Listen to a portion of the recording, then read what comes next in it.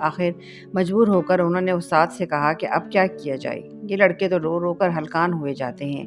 عمرو کان دبائے الگ کھڑا تھا۔ خواجہ عبدالمطلب نے اس سے کہا، عمرو شرارتیں چھوڑ دے اور بھلا آدمی بن جا، ورنہ مار مار کر تیری چمڑی ادھیڑ دوں گا۔ عمرو نے اپنے استاد اور خواجہ صاحب سے معافی مانگی اور وعدہ کیا کہ آئندہ شرارت نہ کرے گا اور پڑھنے لکھنے میں دھیان دے گا۔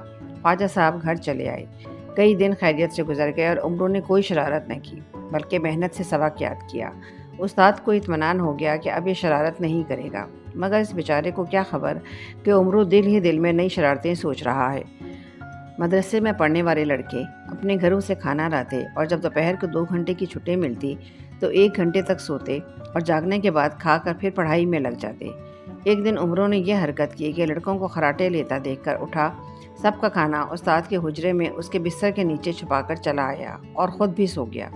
1 گھنٹے بعد لڑکے جاگے اور انہوں نے کھانا تلاش کیا تو سب برتن غائب۔ انہوں نے استاد سے شکایت کی۔ وہ بڑا حیران ہوا، کہنے لگا کہ یہ عمرو کی شرارت ہے، اس کے علاوہ ایسی حرکت کوئی نہیں کر سکتا۔ لیکن عمرو کہنے لگا، مجھے کیا خبر، میں تو خود سو رہا تھا۔ پھر اس نے لڑکوں سے کہا، استاد صاحب کی کوٹری میں دیکھو، کھانا وہیں ملے گا۔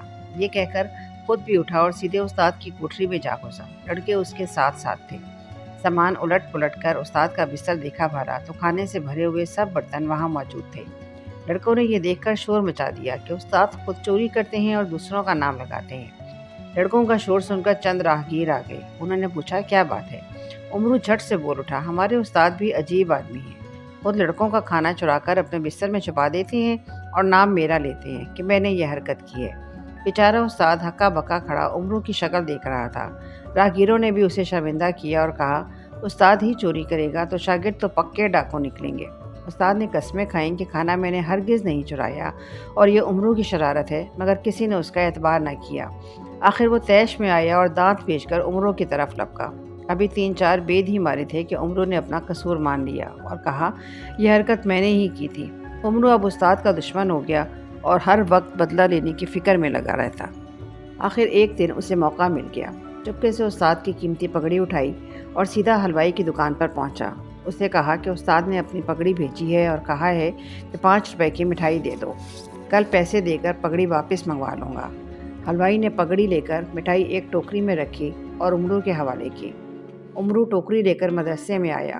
دوپہر ہو چکی تھی، سب لڑکے اور استاد گہری نیند سو چکے تھے۔ عمرو نے ٹوکری استاد کے سرہانے رکھی اور خود بھی سو گیا۔ تیسرے پہر آنکھ کھلی تو استاد نے اپنے سرہانے مٹھائی کی ٹوکری دیکھی۔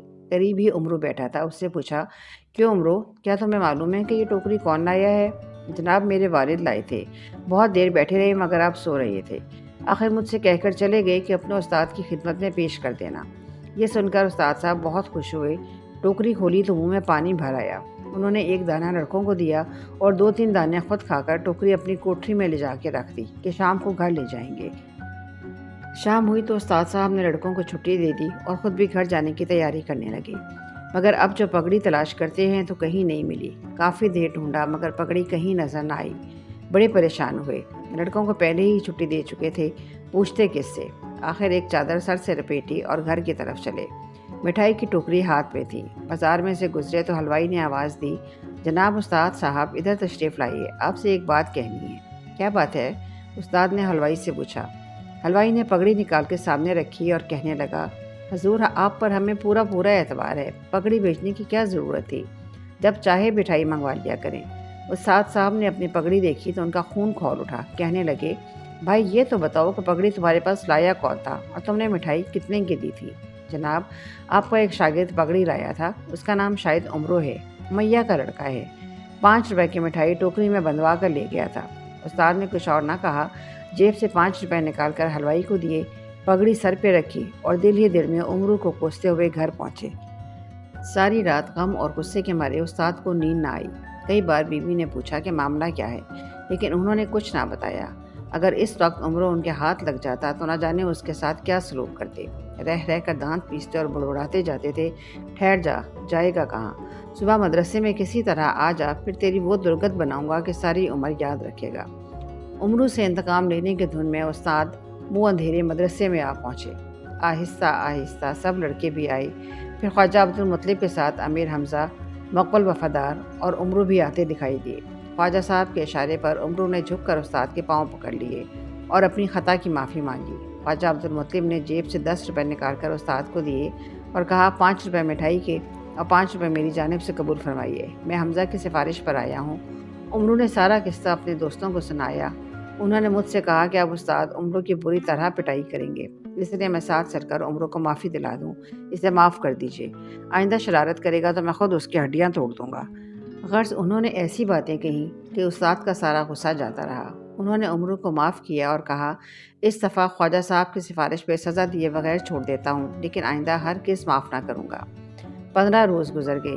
عمرو نے اس دوران میں پھر کوئی شرارت نہ کی، بلکہ ایسا سیدھا بن گیا کہ استاد کو اس کی یہ حالت دیکھ کر حیرت ہوئی۔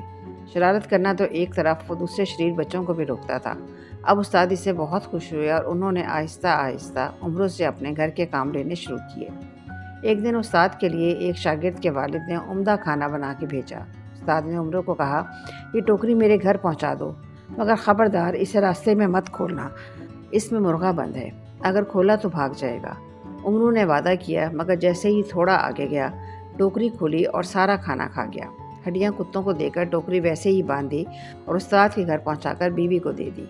شام کو استاد خوشی خوشی گھر پہنچے۔ بیوی نے بتایا کہ انہوں نے کچھ نہیں پکایا کیونکہ عمرو نے پیغام دیا تھا کہ کھانے کی ضرورت نہیں۔ جب استاد نے ٹوکری کھولی تو برتن خالی نکلے۔ غصے میں آ کر استاد نے برتن دیوار پر دے مارے، جس سے کچی دیوار گر گئی۔ محلے والے سمجھے کہ شاید زلزلہ آ گیا ہے۔ استاد کو اپنی غلطی کا احساس ہوا کہ عمرو نے شرارت کی۔ بازار بند ہو چکا تھا، اس لیے وہ ساری رات بھوکے رہے۔ اگلے دن ناشتے کے بعد مدرسے گئے اور عمرو کو کوستے رہے۔ مدرسے پہنچے تو دیکھا کہ عمرو سب سے پہلے آیا ہوا ہے اور مدرسے میں جھاڑو دے رہا ہے۔ اس نے استاد کو دیکھ کر ادب سے سلام کیا اور ان کے جوتے اتارنے کو دوڑا۔ استاد نے عمرو کے کان پکڑ کر کہا کل تو نے مجھے بھوکا مار دیا، خالی برتن میرے گھر لے آیا۔ جناب میں نے تو کچھ نہیں کھایا، عمرو نے جواب دیا۔ آپ ہی نے تو فرمایا تھا کہ ٹوکری ہرگز نہ کھولنا، اس سے مرغا بند ہے، بھاگ جائے گا۔ میں مرغے کو کچا چبا گیا؟ استاد نے دل میں سوچا کہ یہ لڑکا میرے بس کا نہیں، میں اسے پڑھانے سے باز آیا۔ ابھی جا کر خواجہ صاحب سے کہتا ہوں کہ اسے مدرسے نہ بھیجا کرے۔ یہ فیصلہ کر کے وہ اٹھے اور خواجہ عبدالمطلب کے مکان کا رخ کیا۔ عمرو سمجھ گیا کہ استاد خواجہ صاحب سے شکایت کرنے جا رہے ہیں۔ وہ بھاگا بھاگا امیر حمزہ کے پاس پہنچا اور بولا میں تو یہاں سے بھاگتا ہوں، اب گھر نہیں جاؤں گا، زندگی رہی تو پھر ملیں گے۔ امیر حمزہ اور مقبول وفادار یہ سن کے رو پڑے۔ انہیں عمرو سے بڑی محبت تھی اور ایک لمحہ بھی اس کے بغیر نہیں رہ سکتے تھے۔ کہنے لگے عمرو اگر تو شہر چھوڑ کے جاتا ہے تو ہم بھی تیرے ساتھ چلیں گے۔ یہ کہہ کر دونوں اٹھ کھڑے ہوئے۔ ان کے ساتھ 10-12 لڑکے اور بھی اٹھے اور یہ گروہ شہر سے باہر نکل کر پہاڑوں کی طرف روانہ ہو گیا۔ پھر اس کے بعد کیا ہوا، عمرو کی مزید شرارتیں اس کی اگلی قسط میں دیکھیے۔